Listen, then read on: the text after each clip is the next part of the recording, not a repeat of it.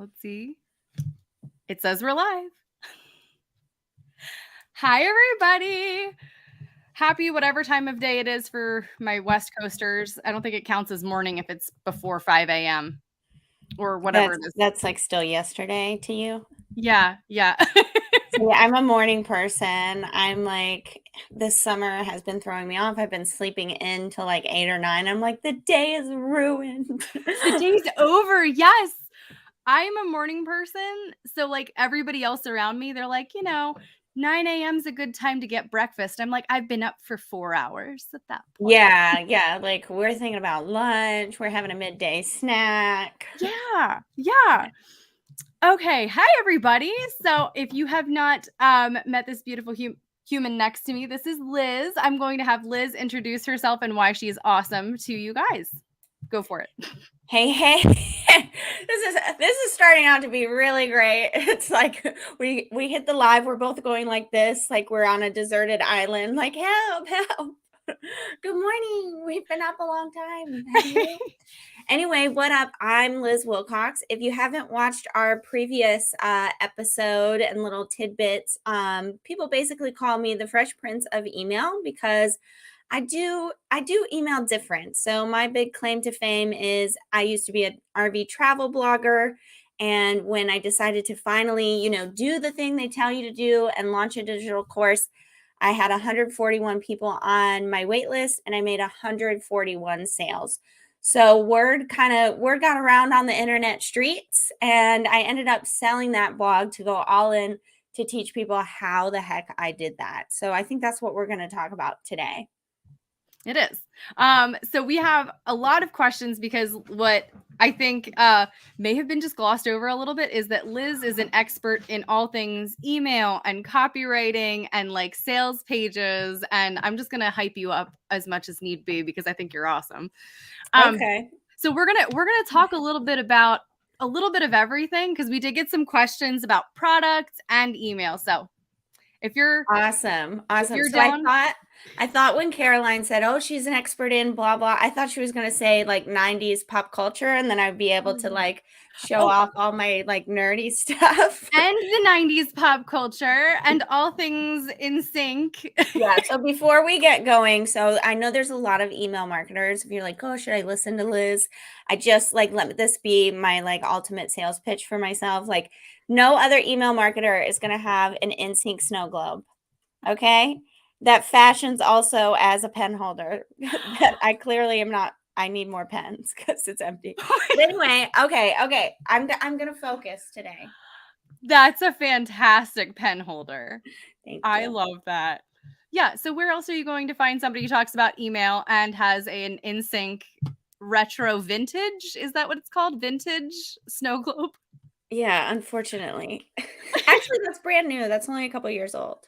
I love it. InSync is the ultimate business pivot. I think one of the things we're going to talk about today is like, hey, I want to start talking about something else. And so remind me to tell you how InSync has done that in the last 20 years. I love that. Hang on. I'm going to write it down. Okay, there we go. All right. I wrote it down in our notes. Okay, let's get down to business, young lady. Okay, so number one, I want to start selling a product, but there's so much that goes into it to me. It seems really overwhelming.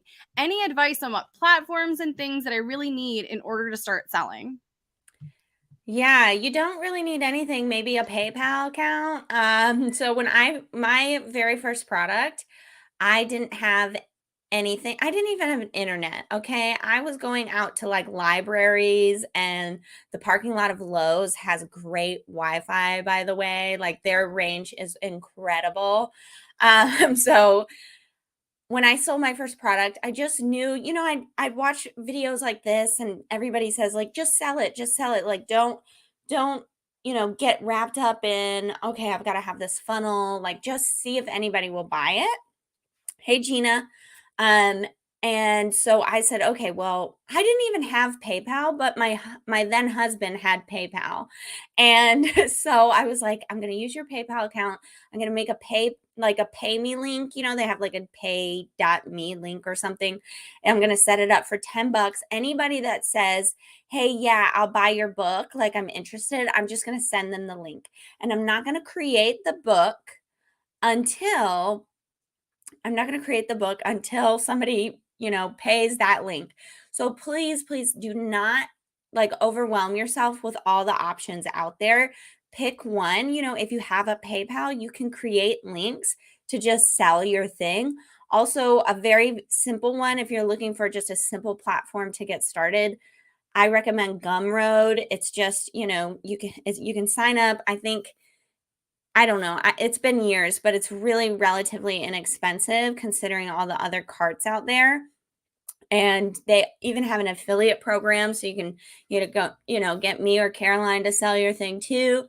And it's just really simple. Like if you have your product, it can be hosted in. You can download it, put it into the thing, put it into Gumroad, and then Gumroad will put it out for you.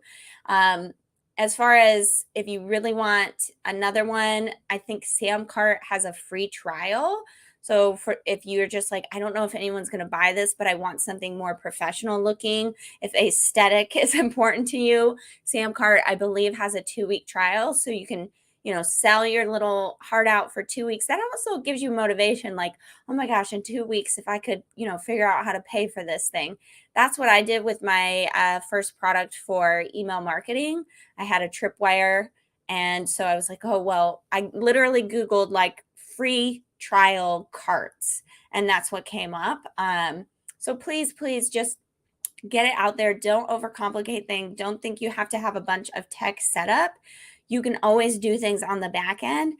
And I've even made it kind of part of my brand where I'm like, oh, yep, I just set that up. Like, oh, sorry, you didn't get the email yet. Let's go. Yeah. Done is better than perfect is what I always say. And like, don't feel like you have to go out and like get into like credit card debt over a payment processor. PayPal's free. So is Stripe, I think, right? Yeah, Stripe. Anybody can set up a Stripe account. And, if somebody purchases, Stripe will just take the 3.5% or the 30 cents or whatever it is. Yeah. It does not have to be complicated. The more steps you put in, the less likely you are to actually do it. I love that. It's true though. It's so true. Hashtag truth. Yeah. Okay, here we go. Should we answer Gina's question? Yeah, I was just going to say, do you want to get to Gina's question now? Yes, I do, because I'm so excited to answer this. So Okay. Gina is asking what to do with unconfirmed subscribers since she can't email them without their permission. Yes. Yeah, Gina, technically you can't do anything with those. But I would suggest going into your email service provider and turning off that double opt-in. Oh my gosh, why do email service providers tell you that this is a good idea? Imagine, like, go on a journey with me. Imagine that you went to a store and you wanted to buy something. And so you went to the checkout and you bought it. And then when you were walking out the door, someone asked you, are you sure you want to buy that? That's the double opt-in, right? You go in, you put your email address. Yes, I want this. Then you go into your email and lo and behold, the opt-in is not there, but there's some email that says, are you sure you want this thing? Yes, I'm sure. I already put in my email. Now, some of you might be thinking, well, ConvertKit tells me that this is going to be a more engaged list. ConvertKit, I beg you, please stop telling people this. I have no idea why they tell you this. This is kind of a really old school myth that, just isn't true. I know for me, they'll tell you you'll have a more engaged email list. For me, I have never had double opt-in. I've had 3 email lists, and I've also never met anyone who had a more engaged list than me. So right now, my average open rate is about, and it is inflated because of Apple iOS updates, but it's about 65%, which I would imagine is probably more like 50%. So yeah, Gina's asking, I thought you had to do it with GDPR. The double opt-in itself does not take care of GDPR. So GDPR is some law in the UK, especially, where it says you have to consent.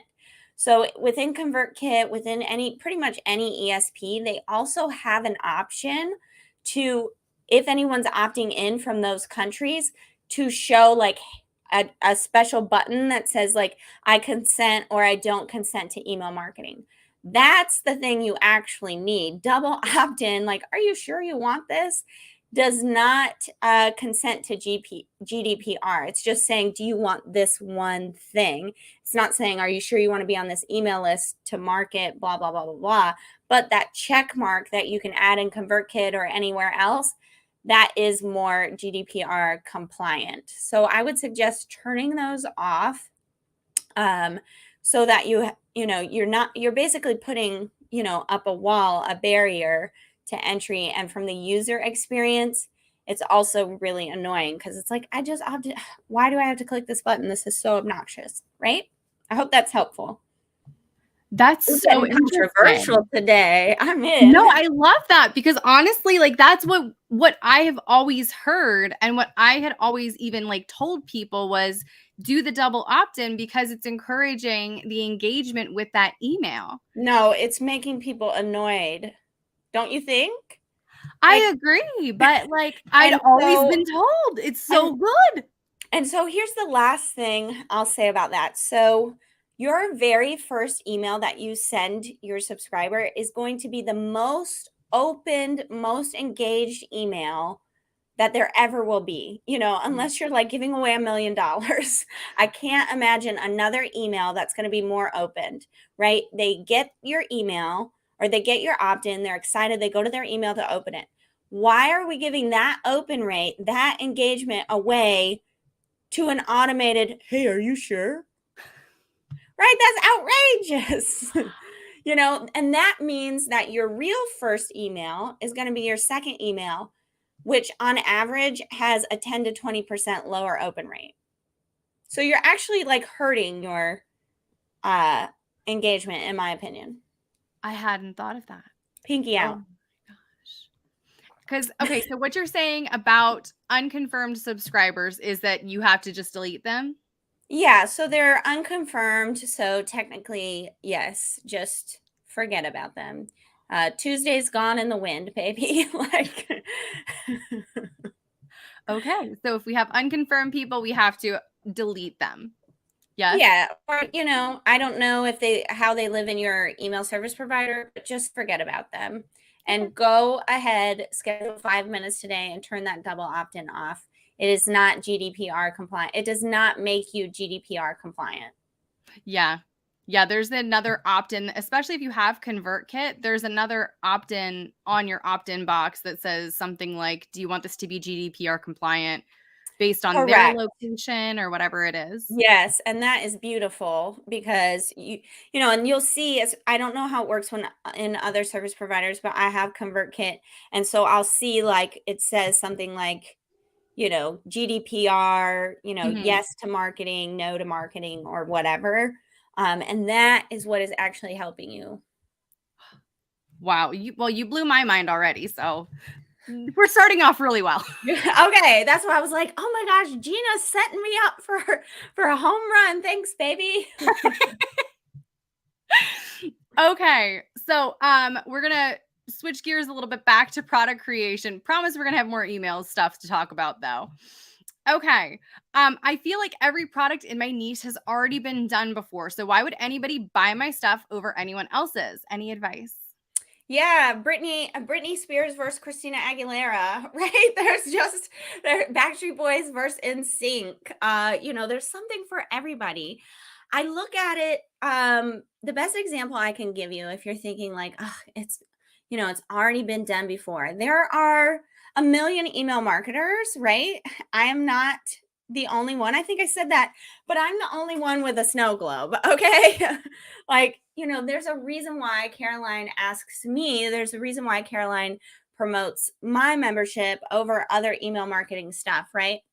So bringing it to like a music analogy, not everybody likes NSYNC. Not everybody likes boy bands. I know it's hard to believe. It's crazy.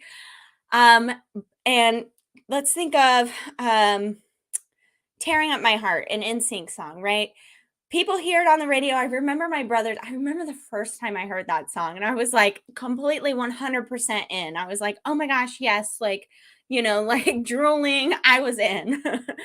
But I remember my brother sitting on the couch like, oh my gosh. So a couple months ago, I went to visit my brother and there was a cover song of Tearing Up My Heart. And it was like a rock song, right? So it was like a heavy metal cover.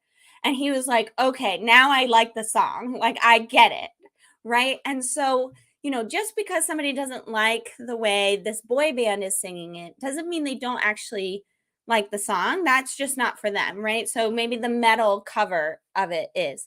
So think of that as your products, right? You might have a lot of competition, a lot of people saying the same things, right? But the way that you say it is going to be different. Your genre, so to speak, is going to be different and it's going to hit different for different people, right?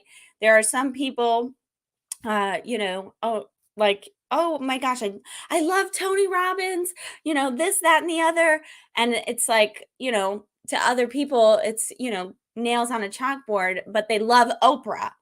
Right? They're basically both, very similar in that they want people to reach a higher level of themselves. They say a lot of the same things, but they're saying it in different ways and it's attracting way different audiences. So I hope that's helpful. Perfect. I love the analogy and I love obviously bringing the 90s music into it. Very important. Okay. I also just realized I'm going to get burned on the stake by some people for comparing Oprah and Tony Robbins. It's okay. We're not the same, Liz. I mean, I understood what you were getting at. Yeah, but that's the whole point. Like, yeah, two different, like they might be preaching the same thing, but in such a different way. So when you go to create your product and you're like, oh my gosh, but so-and-so, like you are different. You are going to say it different. It's going to hit different for different people. So keep going. Put your thing out there. I love that. Love, love, love, love. Okay. So here was kind of a sales page question, and I don't. Maybe you can help with this one. I know a lot of people use timers in emails and on sales pages, but do they really work? And does it really matter? Heck yeah, they really work. It's like I'm picturing like. Okay, this is outrageous, but Caroline, you just make me like have the most outrageous things. So picture like you got to go to the bathroom, right? Like the time is ticking and when it's about to hit 0, like you are running, right? Like you cannot hold it. So that's how I've literally never had that thought before until just now, but I think it works really well. Now, I do want to say some people think of the timer as like an ethics question, like, oh, is it, you're eliciting too much FOMO, people might buy just because there's a timer. But there are also the other side of that, and this is something you have to decide for yourself. The other side of that is, there are some people with ADHD or just simply like really freaking busy that need the timer to remind them that like, hey, this is going on and you only have this amount of window, which is the truth, right? A lot of timers, like right now, I'm running a flash sale. It ends tonight at, 11:59 Pacific. That is the truth. You will not be able to buy it. It's not just, I'm not just using, deadline funnel and creating, false scarcity. So that's up to you to decide whether this is like true scarcity or something you're trying to just drum up, and whether or not that's cool with you and your audience. That's something for you to decide. But in general, yes, timers work, especially if there is a true deadline and you want people to get in. For me, I have a timer on my sales page right now, and I'm going to put one. I don't put one on every single email, but I'm going to put one on my afternoon email because there will only be a few hours left. And what kind of timer do you use? You just use the one from ConvertKit? I had no idea they had a timer. I was just going to Google it later. You guys, earlier that question, like I really am not a person that spends too much time deciding on tech. I will literally just Google things as I need them. And I have no problem kind of like scooping up the mistakes in the back end to just get things out there because I know action is where the confidence comes from, and taking action is where the sales come from. And I need sales. Like, mama's got to eat. I have a belly. I have this roof I have to pay for. So I have no problem kind of scooping up. Oh, that timer sucked. I got to find a better one for next time. So if ConvertKit has a timer, well, that's the one I'm going to be using today. Yeah. You just press the little plus button, and if you scroll, it has a timer option. Oh, see, I'm so old school. I'm not using the new editor yet. So I will check that out. Maybe it's time for me. It's been like 2 years and I'm still using the legacy. I thought that changed too, but then I saw Yeah. the timer and I was like, sold. Okay. Sold. Caroline just sold me. All right. Next question. Okay. What are some of the most important things to have on the sales page other than the obvious place for them to give you money? Yeah. This is a great question because there's so many things that can be on there, and there's so many things that are kind of overkill depending on your offer. So I know marketers love to say it depends, but it really does. So this is actually something. If you go to Caroline's link, you'll see my new sales page, and before that, I just had like literally it was just a video and 5 bullet points, and it was like, do you want it or not? And it was converting at 13%. So now you'll go to that new link. You'll see there's a few sections. I have an FAQ on there. I've got a few GIFs. And we'll see if it converts better or worse, over time. So in general, I want you to know that you can keep your sales page really simple. It depends on who your people are, what kind of relationship you have with them. The only reason I created a larger sales page was because I'm getting more affiliate sales. So getting more people like, me and Caroline do something like this. You don't really know me, but you're like, okay, she made enough in-sync jokes. I'm in. If Caroline says she's worth something, I'm going to check it out. And so I realized those people just needed more convincing. They needed to know more about the offer. It wasn't just like, oh, if Liz is selling it, I'll buy it, right?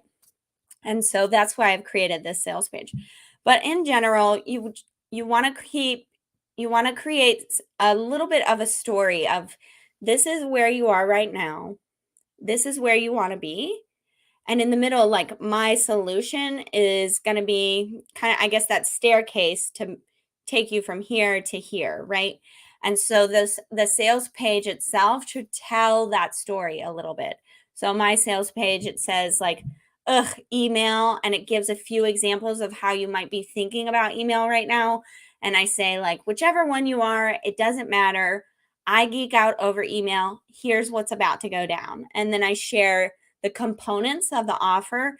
Oh, we've got templates and Q&As and this and that. And then the bonuses, right? It's like, oh, well, when you buy a year though, you also get blah, blah, blah, blah, blah, blah, blah. Are you in? Let's go. So I would say in general, just keep it as simple as you can. If you have a more complicated offer, don't be afraid of having more words.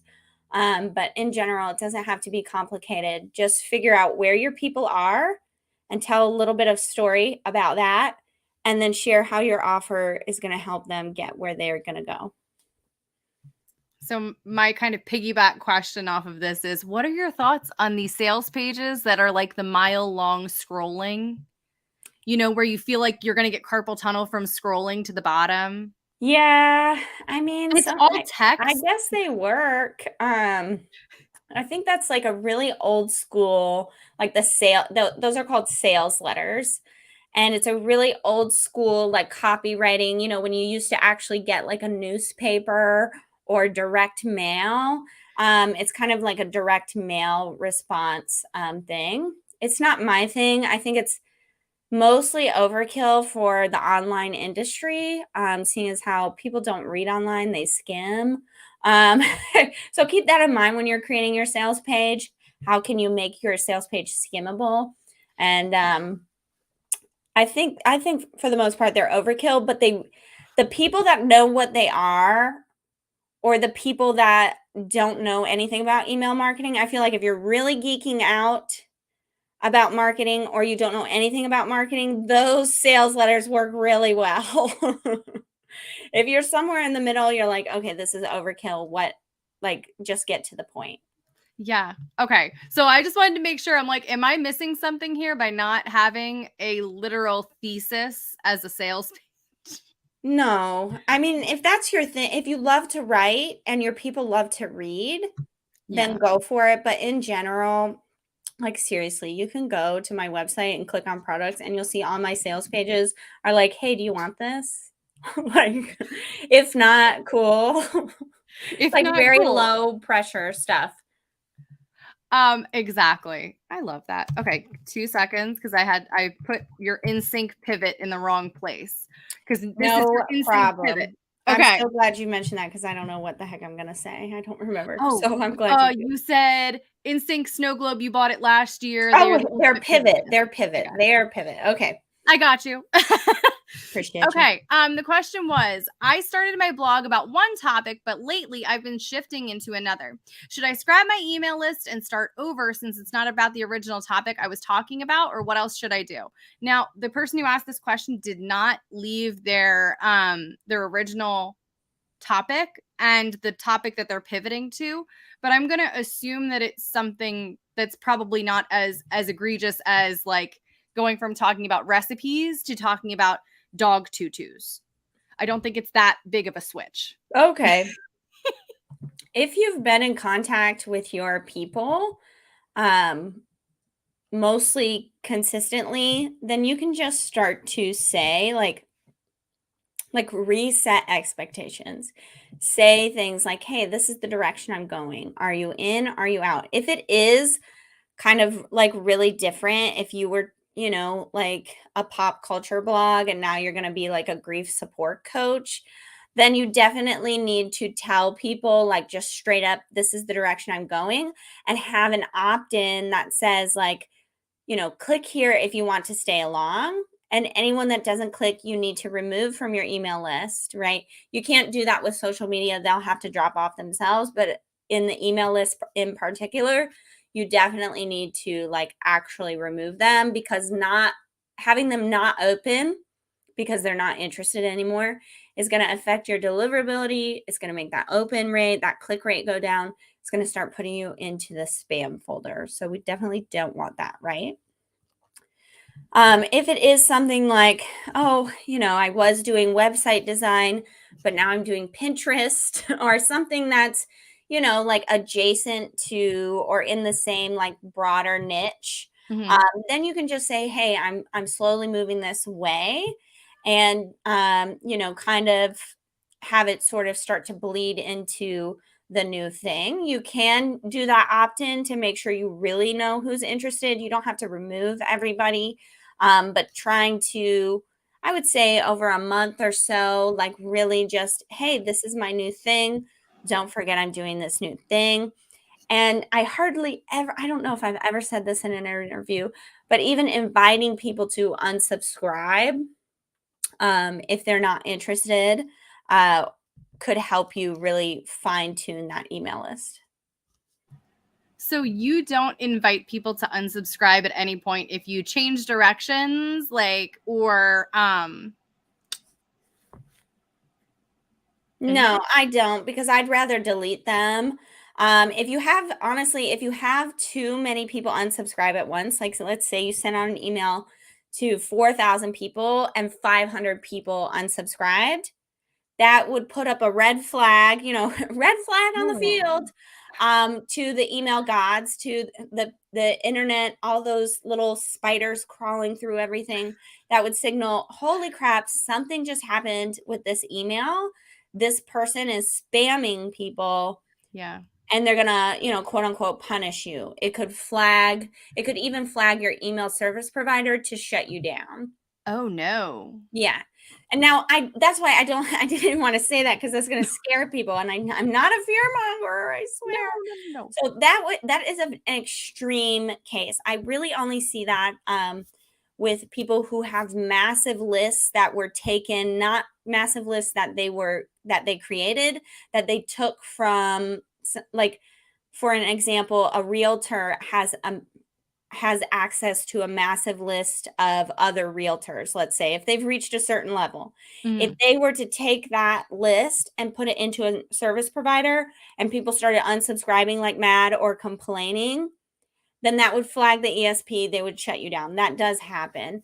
Now, for this person in this case, that's not going to happen to you, baby. Don't let mama scare you. We're having a good time here. That's very unlikely, but that would be the case if you were like, hey, I used to sell dog tutus and now I'm going to be a grief coach. I invite you to unsubscribe. If almost everyone unsubscribed, it probably wouldn't shut down your ESP, but it probably would flag the internet gods to think, oh, she's spam. That's why I say delete them yourself. But if it's just, going from, what did I say? Like website design to Pinterest, it's going to be a smaller trickle of unsubscribes. That's 100% normal. Or email, you want people to unsubscribe, right? When they're not interested. And that's actually going to help you in the long run. So don't let me scare you. No fear mongering at all. That was that's a really good thing to remember, though, is that we don't want to encourage everybody to unsubscribe all at once. If we Yeah. I mean, if it is, like, oh, website to Pinterest, like, oh, if you're really, if you're anti-Pinterest, unsubscribe, that's going to be fine. And that's why I said, you might want to say that, because it's going to be a smaller amount of people, because that is such a little leap that, it's really not going to be a big deal. And it actually will help you in the long run, because the people that are, pro Pinterest are going to stay on. Perfect. Okay, so the next question is about opt-ins. Can you help me with my opt-in? No one seems to be signing up for it. Any best practices or advice that you can give me? Yeah, I wish we could see it. So I would say that it probably has too much text on it, or it's not talking to the ideal person. Can I actually pull this up since we're on video? Let me find my list building. I want to give you an example, or I want to just run through your landing page. Can you see this? Yes. Okay, so with your landing page copy, you want to use copy that stands out, and that copy that stands out is when it says a lot in as little words as possible. Okay, you don't want that sales letter we were talking about earlier. It works for a certain kind of person, but chances are, you and me are just average Janes and Joes, right? So copy stands out when it says as little, or it says a lot in as little words as possible. So using things like pictures, like I think on my landing page, I'm wearing a picture of, or I'm wearing a shirt that has Will Smith on it, and I'm pointing to it kind of silly, and I'm like, Will Smith would want you to have this. Like, that adds no actual value to the page, other than the type of person Liz Wilcox is, right? You're getting a vibe, and that vibe may or may not get you to sign up. If if you think Will Smith is canceled nowadays, you are not going to sign up, right? But if you're like, oh, this is funny, oh, I love the Fresh Prince, like, it kind of takes you back to a memory, you're gonna sign up, right? And you want to talk directly to your ideal person, okay? You want to say, like, for me, if I'm doing, like yesterday, I did a training like this for bloggers. So the landing page that I was sending them literally says, hey, blogger, right? So, like, if you don't consider yourself a blogger, you're going to land on that page and you're going to exit right out. But if you are a blogger, you're going to be like, oh my gosh, she's talking to me, right? So making sure your copy talks directly to that ideal person. And then make sure it's an actual landing page. So if you're like, oh, my opt-in's not working, if you have your menu at the top or social media buttons or anything on the side that I can click on, that's not actually a landing page. And of course, I'm not seeing this person's, but that really contributes. It's got to be a landing page where it's just your thing and they either can opt in or they can hit that little X button. So as far as people not signing up for it, where are you putting it? Are you going out there? Are you putting yourself out there like me right now and, asking people to sign up? You have to showcase your offer and your personality, and you have to put yourself out there in fun ways. I think I have, hang on, let me see. Here's a couple examples of where you can do that. So you can just ask around. You can go into Facebook groups and, become the go-to, right? And this, we've all seen the person that does it the wrong way, right? That's like, oh, sign up for my app, sign up for my app. It doesn't matter what the person is asking. But if you can become a go-to, like for me, I'm an email marketer. So any Facebook group I'm in, if somebody asks about email, I'm there, right? So suddenly, after a few months, somebody is tagging me. Oh, I bet Liz knows the answer, right? Put it on social media, do guest blogging, Pinterest. Optimize your website so that people, if you go to lizwilcox.com, you'll see, I think I asked 5 or 6 times. At the bottom, it literally says, oops, you did it again. You got to the bottom of the page and you didn't sign up for my email list. Picking up speed. You can do link shares. Like if Caroline and I decided to do one, I would send out an email to my people with her freebie. She would send out an email to her people with mine. So if you're finding that it's just not converting, go out and network and find other people that do something similar or something adjacent and, help each other grow in that way. Also getting on the right podcasts, trainings like this, stuff like that, any kind of visibility. The last thing I want to say about, my freebie is not converting. Make sure that landing page is right. We already shared a little copy tip on there. But what I want you to know about getting your freebie out there is like, you're probably like this. Your people are probably like Mariah up here. Like, I don't know her. Like, I don't want to sign up. I don't know her. But once you get people aware of your brand, you are going to have people that are like, we belong together. Okay. I can't believe I just sung, right? We all know that song, right? So that is the point of getting your freebie out there and getting, doing all of those strategies, because visibility and list building and getting that opt-in out there, they go hand in hand. Whether you are like Tia and Tamara or like Team Mary Kate and Ashley, I don't care who you are, but think about your list building. Think about that freebie and visibility as they're twins, right? They're not exactly the same, but when you put them together, it just makes sense. Okay, I hope that's helpful.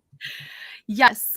So I did have kind of like a follow-up, which is kind of what Gina kind of asked here. So if we have blog posts, because most of my audience are bloggers, inside of a blog post for an opt-in, are there any things that you can suggest to make kind of one of those inside of like a post where it's just, you have, Okay. I don't even know what size that is, like that little, just a size. Pop-up. Yeah, my website has those. Yeah. So Gina, this is a great question. So yes, I am suggesting a whole page for your sign up. And that's where what I was saying about, go on podcasts, do this, do that. Mm-hmm. You've got to do visibility work. I know it's so scary, but I promise you can do it. That is going to convert a lot better than the sign up form on your website. That's why it feels like no one is signing up, because those numbers are low, right? Those conversion rates are low. Now they can be higher, of course, making sure, I'm thinking if you've got a blog post, you might only have one freebie, but changing that copy up for when you interrupt the post with your opt-in, just changing it up a little bit based on what they're already reading. Don't make it such a pattern interrupt, more of like an obvious flow into. I don't have a blog currently, but I want to share my screen if that's okay. And I want to show you my website. Is that cool? Yes, absolutely. Okay, so I'm going to share my screen and then it'll probably show us like crazy. And then I'll switch over. Okay, so can you see my website? Oh, hang on. There we Did go. it work? Okay. Ooh, that's fun, isn't it? Can you see my website now? Yes. Okay. So Gina, right here, I have the little text. So I don't have that full landing page like I was talking about. I just have this. And this is all I say. Get my free email swipes. Here it is again. So on your homepage, you want to, especially as bloggers, right? We want people on our email list so we can sell them on our services, get more clicks to our new blog posts, maybe get sponsors for our newsletter, and sell our own products, right? We want people on our email list. It's the whole reason we create content, or it should be. So here, I've got it here. And basically, and you can look at this more in depth if you want, if you're interested later, but basically my homepage is a sales page for my freebie. It says, hey, this is how I can help you. Here's some freaking testimonials right on the homepage. If you don't have testimonials, that's fine. But, you need to be selling your freebie. You need to be creating a freebie that is like, if you were at a university and somebody is graduating from your university, what's the first day of class? That's your freebie, right? And so they go down. Here's what I'm going to teach you. So as a blogger, like here's what here's what I'm trying to think. If you are like a sewing blogger and, you want to create a community of sewers, like here's how I sew, and then, share some, is that how you do it too? And then down here, like, here's what you need to get started, right? Here's what you need to, start sewing. And then that's your freebie.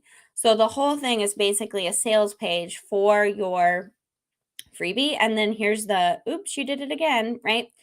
And then within blog posts, I don't have an example right now, and I'm not going to go searching through my old blog. That would take up too much time. But really, this about page, think of it as a blog. Like, here's all the things I want you to learn, At the end, I say, like, here's the thing. All you need are some emails. Get started. So with your blog, I'm thinking of sewing. Like, here's how to create a daily habit of sewing.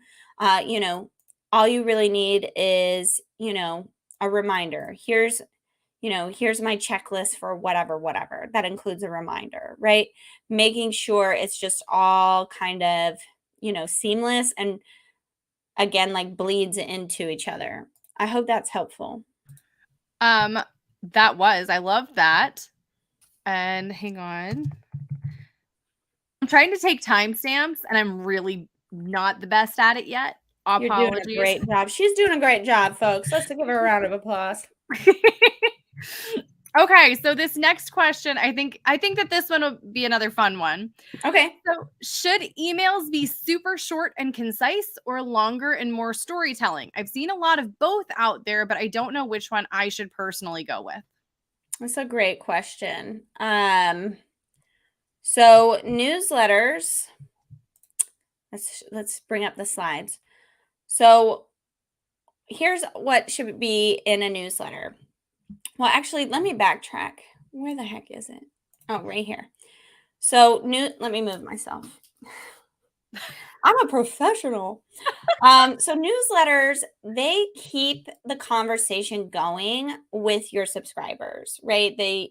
You want to create content, and by create content, I mean write emails that are just open conversations like, hey, this is what's going on. And they allow your brand to evolve. So back to that question of, oh my gosh, what if I want to pivot, Like keeping a consistent newsletter is going to help you keep your conversation going about what's going on in your business and allow for it to evolve. You want to stay top of mind in that way. So in general, this is what should be in a newsletter. A subject line for a friend. And I know as bloggers, it can be so hard to get out of that. Oh, I got to create a blog title that's SEO related. Subject lines are nothing like that. Okay. This is not, I don't have my phone here. Here's my mouse phone. We're scrolling and we're looking for something that is for us, right? Like, oh, that's a bill. I know I don't need to open that till the 12th. Ugh, oh my gosh, that person keeps sending me. I thought I unsubscribed already. Oh my gosh, Caroline sent me something. I've got to open that right away, right? And so when we write subject lines for a friend, we can slowly become that. Oh my gosh, Gina sent me an email. I can't wait to see what's inside, right? But it starts with a subject line for a friend. Inside, instead of, I love that Gina says she's been using dad jokes. That's awesome. That's so fantastic. Cool. That's a great idea. Smart. Gina should be up on stage teaching this. I know. Great. Bravo. So instead of telling stories like this question asked, I want you to just give a personal update. And that is just 2 to 3 sentences of something that you've done since the last time you emailed them. So if I was to write my newsletter today, which it is Tuesday, that's my newsletter day, I would say, oh, I went live with Caroline. I told way too many in-sync jokes. I was just a ham. But anyway, we made it to the end. Boom, that's the personal update.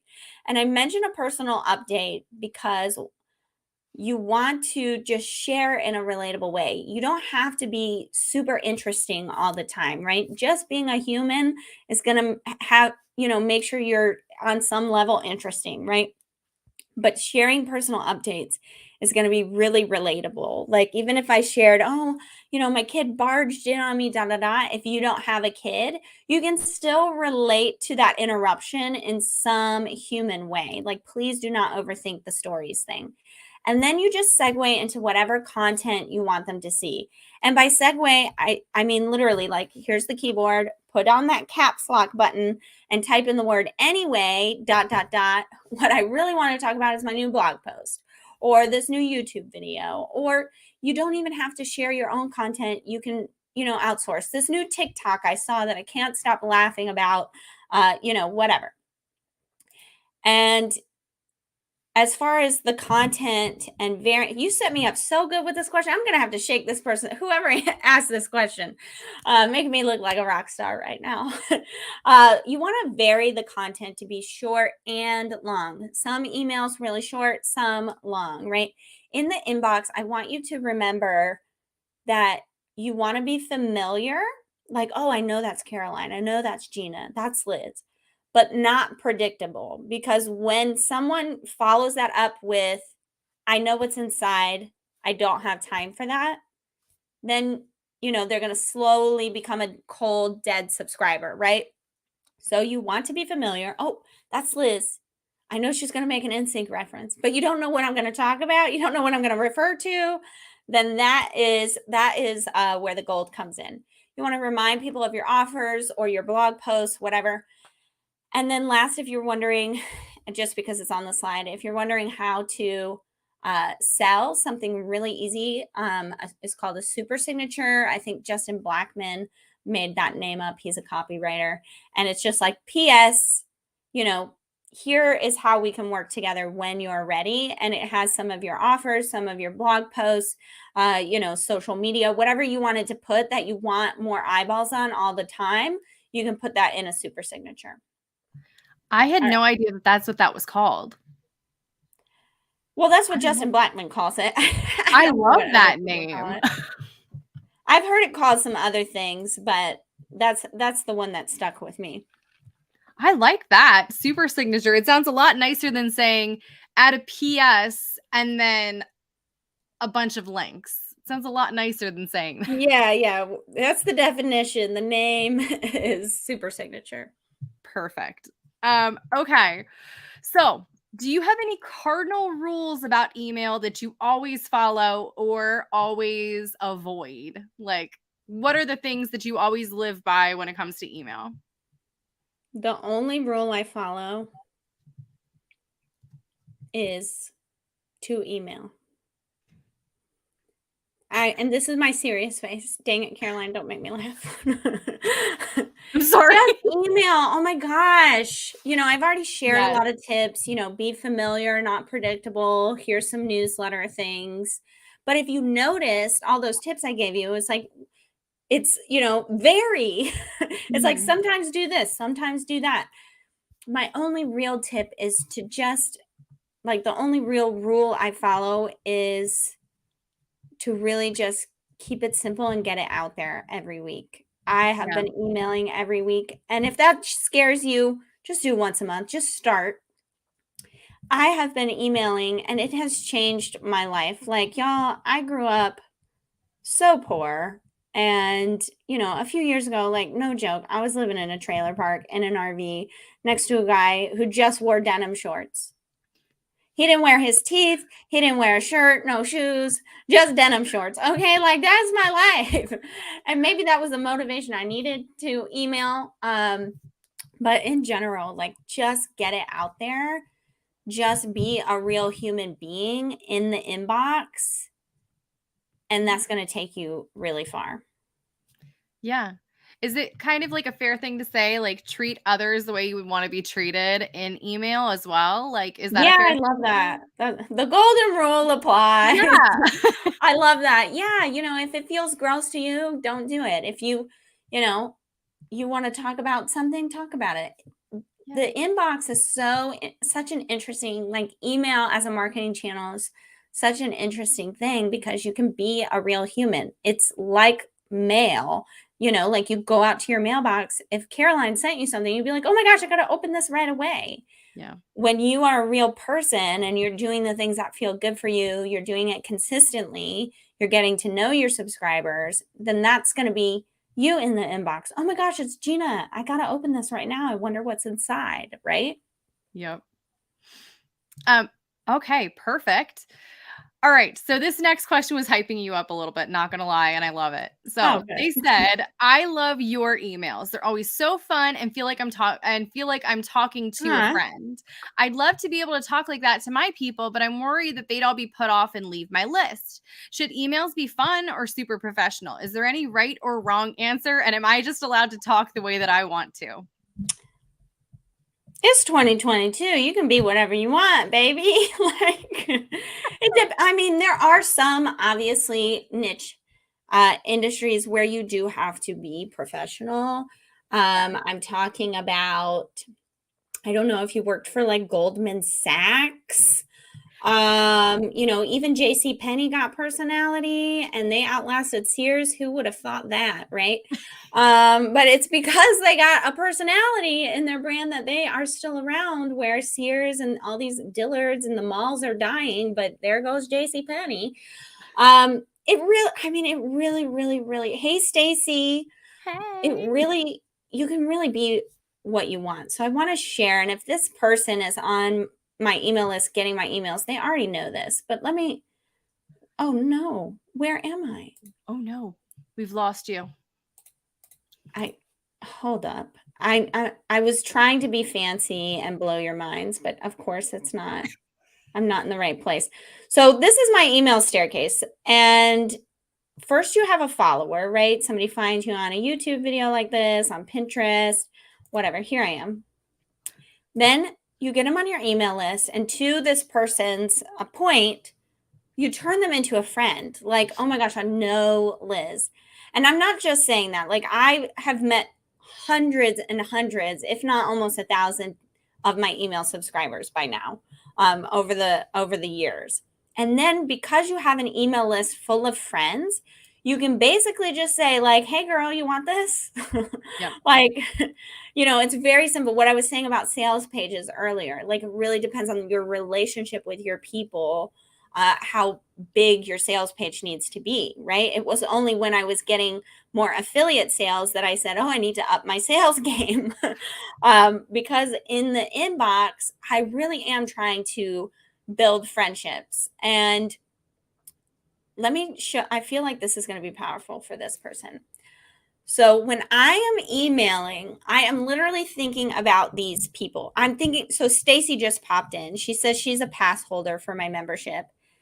I know Stacy, right? Like I know she has a cleaning business and she teaches other people to do that, right? I know her struggles. I know her wins.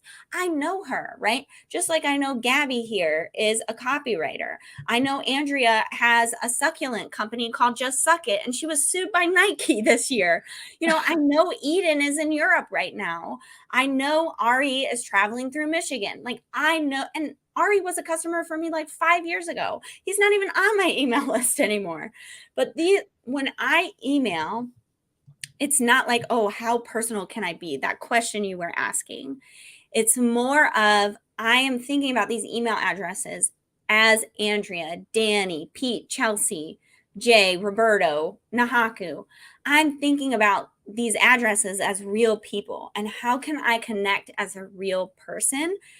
And I only want to connect with the people that allow me to be me. There's no other Liz Wilcox. I don't know if you can tell, but there's no other Gina. There's no other Caroline. There's no other you, right? And so if as you email, again, just get it out there. You're going to become more yourself. Sure, you're going to get some unsubscribes, right? But you're really going to sort of fine tune your email list so that you want to go out and actually meet these people or get on the phone with them, create products for them that they will actually buy. Like I know what Roberto needs. I know what Tori needs, right? And those might be different products. That's probably why I have like 20 of them. But it's when you think about your email list, not as, oh, I gotta optimize my opt-in. I gotta do this. I gotta do that. When you think about, oh, Caroline just joined my email list. I wonder who she is, right? And just allowing yourself to be you when you write an email, it's going to change everything for you. It makes it so much easier. It's so much easier to write from a place of authenticity than from like I'm supposed to be X, Y, and Z, but that's not really who I am. So you have to kind of take on this facade in order to sound more professional in your head to be allowed to sell to people. At least that's how I did it way back in the day. And I was like afraid to send emails because I'm like, what if people know that I'm just some weirdo who loves cats and coffee and CrossFit? Like, they're going to know and they're not going to listen to me. That was what I was worried about. But yeah, I mean, well, it fell down, dang it. I mean, I know email is emotional. I have a sticky note somewhere. It must have fallen. The fan just turned on. That says email is emotional for your people, Liz, because I never want to forget that. I know it's emotional. I know we can get caught up in that, that head trash of, oh, well, I don't want anybody to think I'm a weirdo who loves cats. Caroline, hello, that's how the internet was invented. I'm pretty sure YouTube started because of cats, right? Because of cat videos. Like we tend to get just so caught up in that, but the beauty of the world we're living in right now is we can build businesses that we belong in, where, like if I worked for, I don't know, I'm thinking Coca-Cola for some reason, like I would have to be what Coca-Cola wants me to be. Yeah. We start blogs because we want to be just who we are. You know what I mean? Yeah. So, just lean in. You're not going to be like this version of Liz Wilcox. Y'all, I've had 3 email lists. It took me a long time to get here, but dang it, I'm so glad I made it. And I wouldn't have made it, again, that cardinal rule of just get your email out. Just get your email out. I read emails that I wrote 6 years ago and I'm like, I would never talk like that. Like, who's this woman? Who wrote that? You just get it out there. Be what you feel comfortable being right now. That may stay the same forever. It will probably change. I can't be for certain, but just be who you are right now, what you feel comfortable with, and, just let it evolve. Like I was talking about earlier. I love that. Everything is an evolution. We're constantly changing as people. Why do we expect our our businesses, our email lists, our topics of conversation to maintain just that one linear line. Like, it's not always like that. Mm-hmm.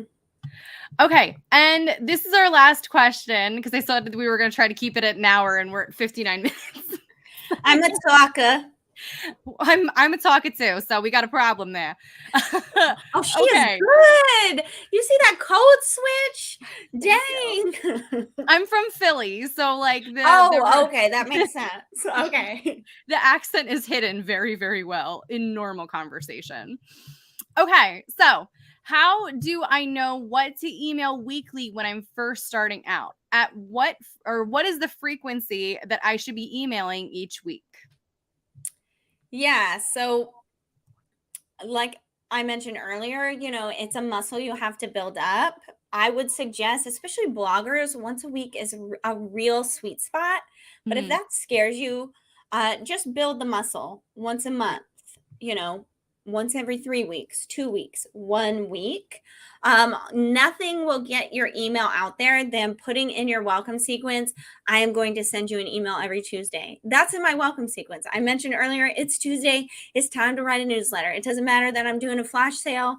Like, not everyone is on that wait list. And so there will be people that need that newsletter, right? So if you're having trouble committing, that will commit you, I promise.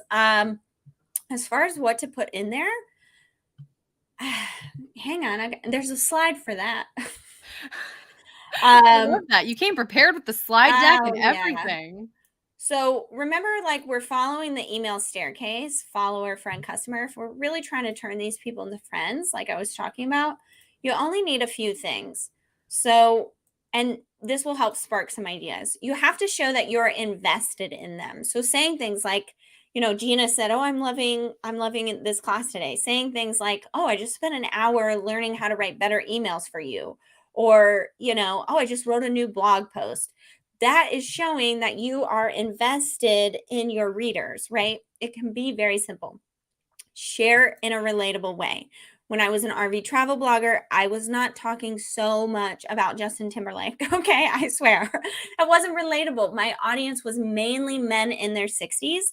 So I was talking more about, AC/DC, Guns N' Roses. I was wearing bandanas versus the headband. I was still myself, but I was sharing more things that were relatable. I was sharing about camping, things like that, where now, I share behind the scenes of my business. And then just stay top of mind, which we've already mentioned. So in the newsletter, again, I think I already shared this slide, but just, writing a subject line for a friend, sharing a personal update. It doesn't have to be related to really anything. It's all about just sharing and being relatable. Okay.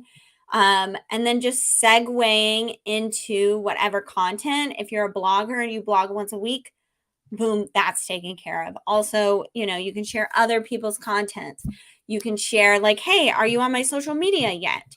You can reshare stuff. Yes. Oh my gosh, you do not have to create something new every week. Say it louder, right? And sharing other people's stuff, putting things in rotation, saying, "Oh, I haven't shared this blog post since I don't remember when. I'm going to share that," right? Sharing anything that you're learning is a good idea.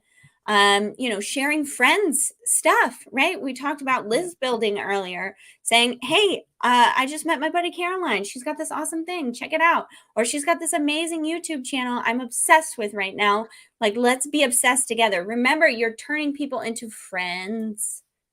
So just think, if this was a person I met back to the sewing example, if this was a thing, like I met her at a sewing convention, what would I send her? If I wanted to keep in contact every week, I wanted to make sure we were friends, what would I send? And that's your answer. Yep. I love that. So do you have any I guess final words on what people can do, especially when they're first starting out, to kind of get past the big scaries? I have no other word other than just the big scaries of hitting send for the first time on an email list or on an email. Yeah, great question. And this is the part where I've been talking for an hour and a half. or an hour and 5, and I'm just going to pitch myself. Join my membership.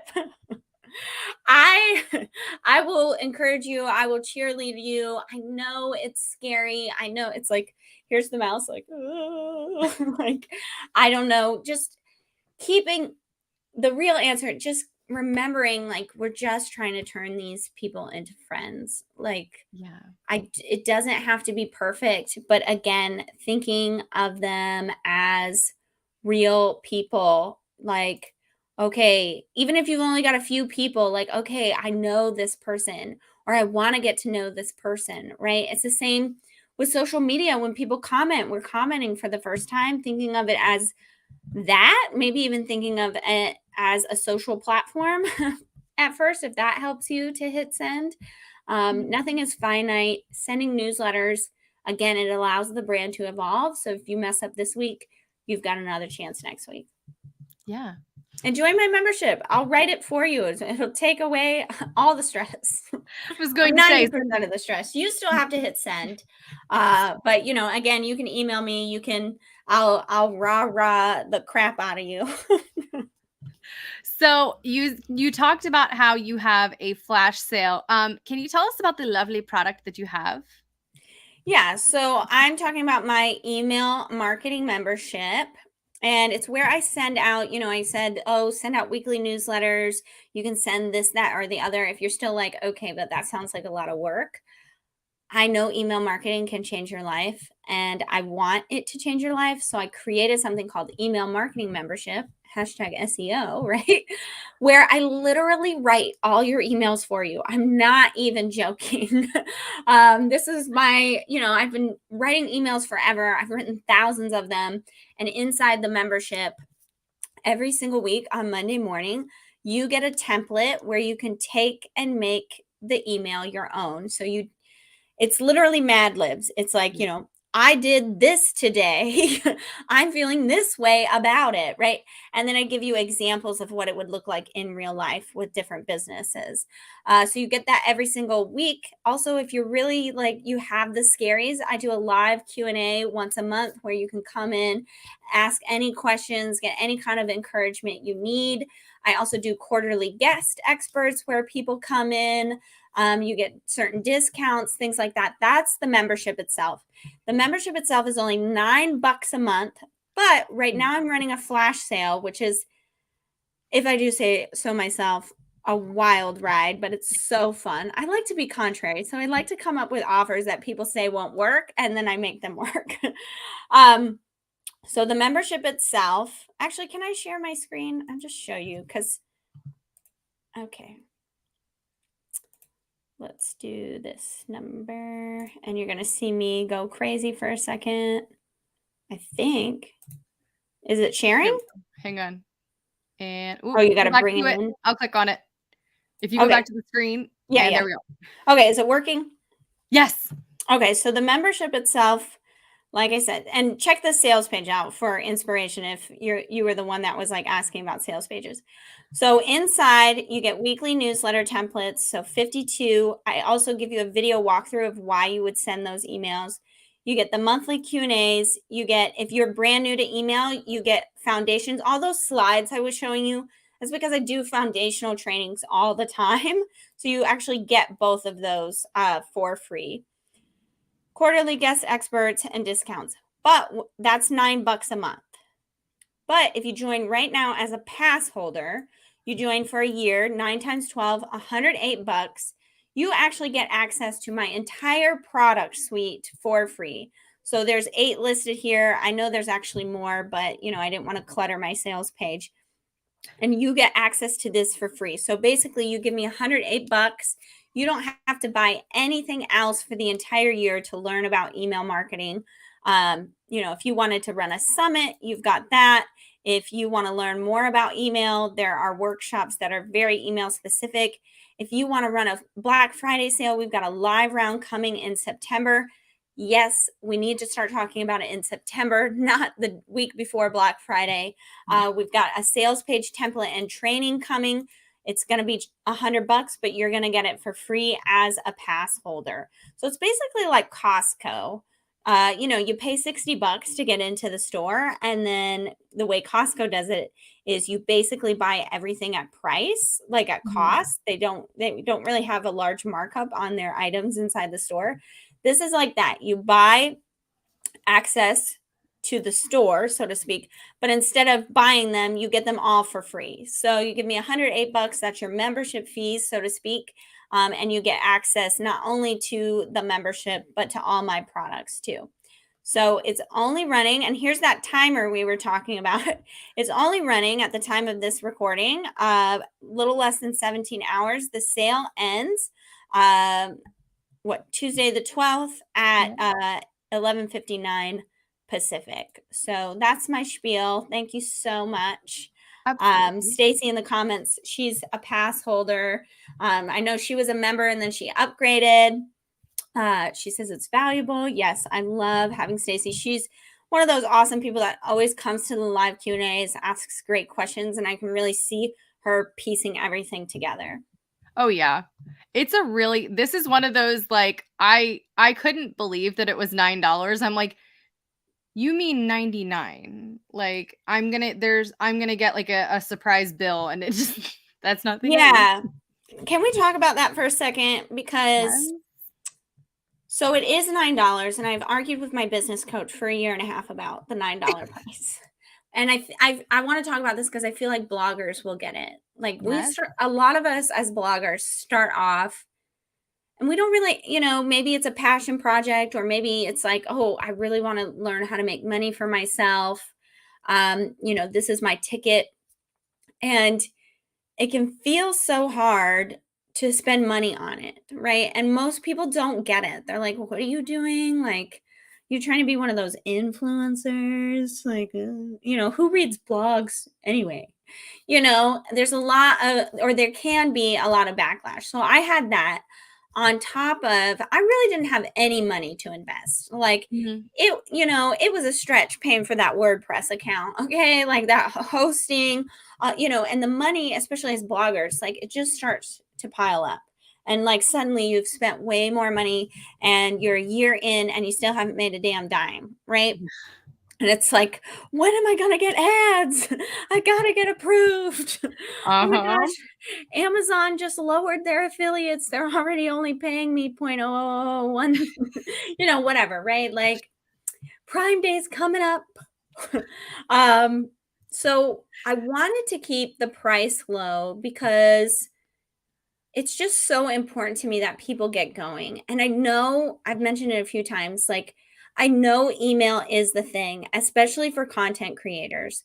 Everything you're doing up here with the blog should be for the email list, where you can, like I already showed that slide, meet people, get to know people, and create products that actually sell because you know your people, right?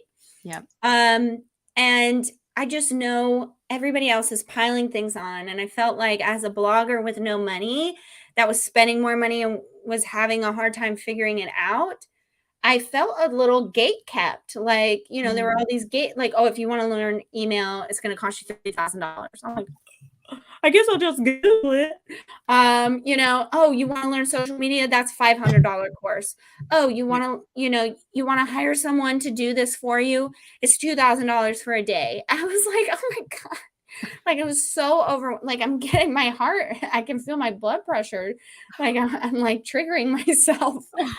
And so I wanted something that was actually valuable, where you could actually see results, that you could actually pay without sweating every single month. And that's where the $9 came in, and why, you look at it and there is a lot of stuff in there. And I really am kind of giving away the farm, so to speak. But I know email has changed my life. Like I support 2 households.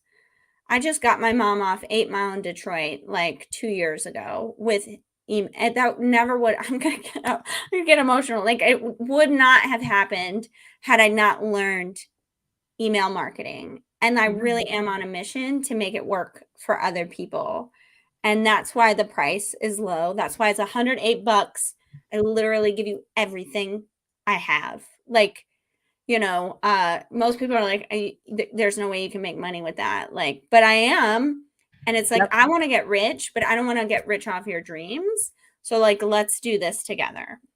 So I love that so much. And can I just say how much I appreciate that transparency? Like, everybody's starting out with blogging or just even online business. Everyone's like, it's just so easy. I was just a trust fund baby and happened to have $1 million just lying around. And it's like, my husband seeded this or what. Yeah. And I mean, that's no shade, but no. whether you have the money or not right now, like, it doesn't, I still want you to have it at an affordable price, because that's just where I came from. A lot of people say, oh, I created this course because this is what I wish I had. Is for me, I know there's a lot of email courses out there, but I'm creating a price that I wish I had. Because I would have gotten it a lot. I would have gotten, further faster. And I just love working with people that get it, and that really want to understand email. And I love delighting people like, oh, wow, for $9, I actually saw results. Like, this is wild. Yep. I love that. And I think Stacy said, Stacy, and I don't even think I knew this. Stacy said she's got 23 people inside her new membership from one of my templates. That's amazing. Aw, Stacy, that's so freaking cool. That's awesome. Congratulations. Stacy, you're awesome. That's awesome. I'm so happy for you. I love it when people win with like email template or email in general, but like any win is a celebratable win. Amen. Everything. Oh, Liz, thank you so much for being here. Where can people find you and find more about you? Yeah, so if you're just getting started with email, of course, you can go to lizwilcox.com and hit the hot pink button and get my freebie. You can get a welcome sequence already written for you and some newsletter samples. But the best way right now is the flash sale, of course. I know Caroline has her affiliate link. That sale ends tonight. And that really is the best way. I retired my services because of this offer. I don't you cannot hire me to write for you. So I really am inside the membership all day, every day. All I do is promote it or be in it. And so that's really the best way to get my eyeballs on stuff, to get my feedback, and to start writing your emails and get rid of those scaries. I love that. Liz, thank you so, so much for being here today. And everybody go follow Liz. Go get into the email marketing membership if you haven't. It's the best $9 a month that you will ever spend on anything. I tend to agree. Thank you so much, Caroline. And thanks everybody for watching. I can't wait to see what you do with email. Bye, guys.